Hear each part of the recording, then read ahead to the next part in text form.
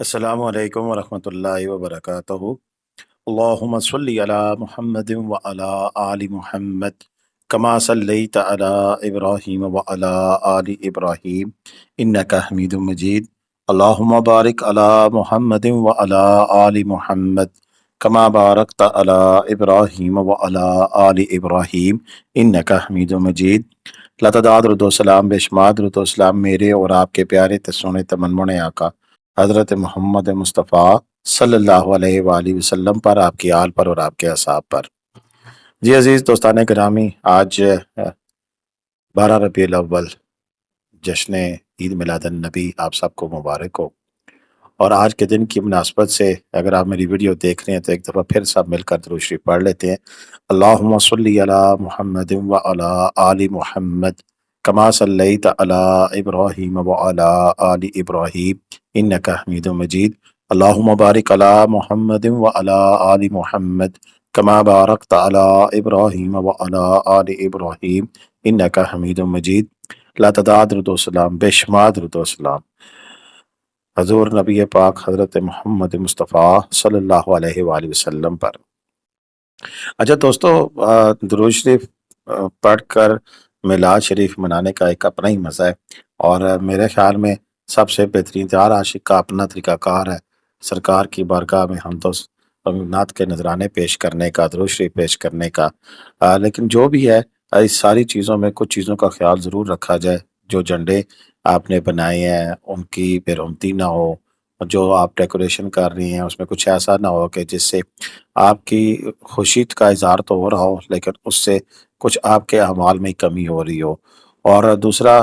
یہ جو ڈانس والا کلچر ہو گیا، اس سے بھی آپ اجتناب کریں۔ تو باقی درود شریف کے نذرانے پیش کریں، گلیاں سجائیں، محلے سجائیں، دل سجائیں، گھر سجائیں، سب کچھ سجائیں، کیونکہ آج ہم نے اس آقا کی شان میں ہم نے درود شریف پیش کرنے ہیں، نعتیں پیش کرنی ہیں، جس کی وجہ سے یہ کائنات بنی ہوئی ہے۔ چلیں جی، یہ تو خوشی کا اظہار ہو گیا، میرا بھی آپ سب کا بھی، ہم نے مل کے میلاد بھی منا لیا۔ اور اب بات کرتے ہیں ناران کی، اور جہاں پر اخلاق خان سواتی صاحب بازار کا دورہ کر رہے ہیں، اور آج وہ اتنے تھکے ہوئے تھے کہ گاڑی میں سے اترے ہی نہیں ہے، اور گاڑی کے فرنٹ سیٹ پر بھی نہیں بیٹھے۔ تو ایک سائیڈ کارنر جو ویو ہے وہ آپ کو نظر آئے گا، اور یہ بتانا مقصود ہے کہ ناران بازار کھلا ہوا ہے اور آپ کا انتظار کر رہے ہیں لوگ، لیکن وہاں پر اتنا رش نہیں ہے۔ آج چھٹی ہے اور زیادہ تر لوگ اس طرح کی چھٹیوں کا انتظار کرتے ہیں۔ آج 26 اگست ہے، اور جب میں یہ ویڈیو آپ کے سامنے بنا رہا ہوں، یہ 25 اگست کی رات کے مناظر ہیں ناران کے۔ اور ناران میں آپ دیکھ سکتے ہیں کہ یہ بھی نہیں کہ ناران خالی ہے، ٹورسٹ کی ایک اچھی خاصی تعداد یہاں پہ موجود ہے، جو کہ یہاں آج چھٹی کا دن گزارنے کے لیے آئی ہوئی ہے۔ اور لوگوں کی ایک بڑی تعداد متوقع بھی ہے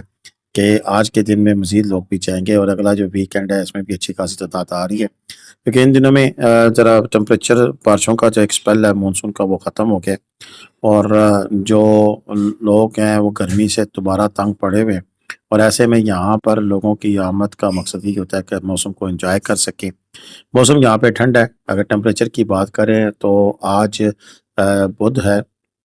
اور بدھ کو 18 اور 8 ٹمپریچر جو ہے وہ ہمیں دکھائی دے رہا ہے، اور اسی طرح کل جمعرات کو جو ہے پھر آگے مزید ٹمپریچر کی آگے تھوڑی بہت ہی بڑھوتری دکھائی دیتی ہے کہ 19 اور 10 اور 19 11، لیکن یہ پھر آگے چل کر مزید نیکسٹ ویک میں اگلے بدھ کو ہم دیکھتے ہیں کہ 2 ستمبر یعنی کہ 1 ستمبر کے بعد ٹمپریچر مزید کم ہونا شروع ہو جائے گا۔ یعنی کہ ناران کے اندر اس دفعہ ٹمپریچر کی جو ہائپ ہوتی ہے وہ تقریباً 20-22 تک بھی، 25 تک بھی چلا جایا کرتا تھا پچھلے 2 سالوں میں، لیکن اس دفعہ ایسا نہیں ہوا ہے، یہاں پر ٹھنڈ برقرار رہی ہے۔ تو جو لوگ ٹھنڈ کے متلاشی ہیں وہ تو یہاں پر آ سکتے ہیں اور ٹھنڈ انجوائے کر سکتے ہیں۔ ایک اور سب سے اہم بات ہے کہ لوگ اکثر کہتے ہیں کہ اگر ہم نے جانا ہے تو ہمیں امزا سکردو کی وہ فیل کرتے ہیں کہ اگر ہم یہاں ناران سے گزر کے جا رہے ہیں تو وہاں پر مزید ٹھنڈ ہوگی، ایسا نہیں ہے۔ یہ شاید بہت کم لوگوں کو معلوم ہوگا کہ اگر آپ ناران کی سائڈ پہ جاتے ہیں تو بالا کوٹ سے اوپر جاتے ہوئے کاغان تک آپ کو گرمی فیل ہوتی ہے، لیکن ناران اور ناران سے لے کے بابوسا ٹاپ تک صرف یہ بیلٹ ہے کہ جہاں پر ٹمپریچر بہت زیادہ کم ہوتا ہے، اور ٹھنڈ اچھی خاصی، اور ہوائیں ٹھنڈی، اور موسم بڑا دل فریب، اور ہر طرف گرینری، اور یہ جو موسم ہوتا ہے بڑا ہی زبردست ہوتا ہے۔ لیکن جیسے ہی آپ بابوسا ٹاپ سے آگے چلاس کی طرف جاتے ہیں تو چلاس میں پنڈی سے زیادہ گرمی ہوتی ہے،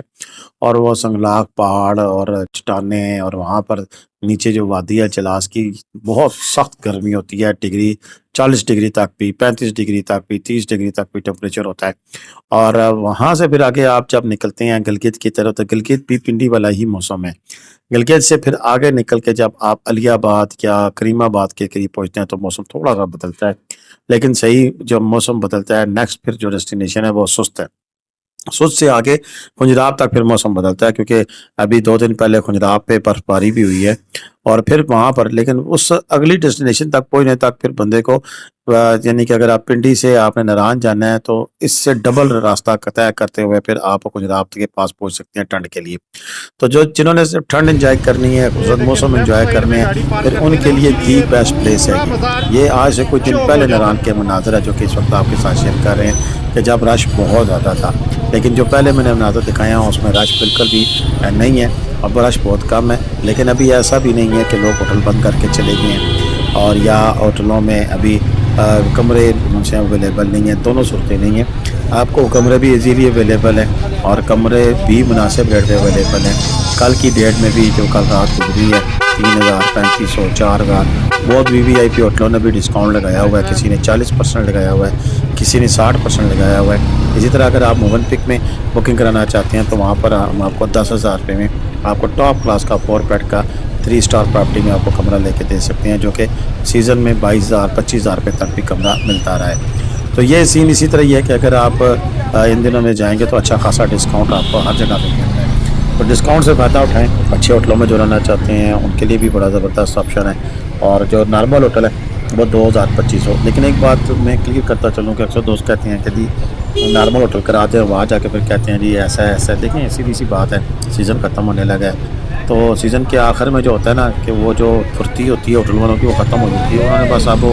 کھاتا ہی پورا کرنا ہوتا ہے۔ تو ایسے میں اگر آپ کہیں کہ اسمیل آ رہی ہے، چکنیں صاف ستھری نہیں ہے، تو یہ چلتا ہے، کیونکہ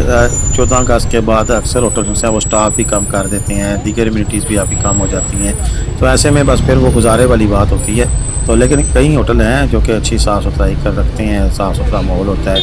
سارا سین اچھا آپ کو دیکھنے کو ملتا ہے، اور بس یہ تلاش کی بات ہے، پھر آپ اچھا ہوٹل تلاش کریں اور اس میں رہیں۔ اور بہتر طریقہ تو یہی ہوتا ہے کہ اگر آپ جا رہے ہیں تو کم از کم کسی بھی ڈیسٹینیشن پر دن 2 بجے کے قریب وہاں پہ پہنچ جائیں، اور آپ کو گھنٹے 2 گھنٹے لگیں گے، پھر آپ اپنی مرضی اپنی منشا کے مطابق ہوٹل ڈھونڈیں اور پھر اس میں آپ اپنا قیام کریں۔ تو یہ تھی جی تازہ ترین ناران کی سچویشن۔ انشاءاللہ مزید جب بھی اپڈیٹ ہمارے ساتھ شیئر ہوگی ہم آپ کے ساتھ شیئر کرتے رہیں گے، اور اگر کوئی دوست اس علاقے میں وزٹ کر رہے ہیں تو موجود ہیں تو لینڈسکیپ ویڈیوز بنا کے ہمیں بھیجیں، انشاءاللہ ہم وہ ویڈیوز آپ کی ڈسپلے کریں گے اور آپ کا ٹور یادگار بنانے میں اپنا جو کردار بھی ہے وہ ادا کریں گے۔ اب تک کے لیے اتنی اجازت ہے۔ اللہ حافظ۔ پاکستان زندہ باد، پاکستان پرندہ باد، جیتے رہے، خوش رہیں، آباد رہیں، دعا میں یاد رکھیے گا۔ اللہ حافظ۔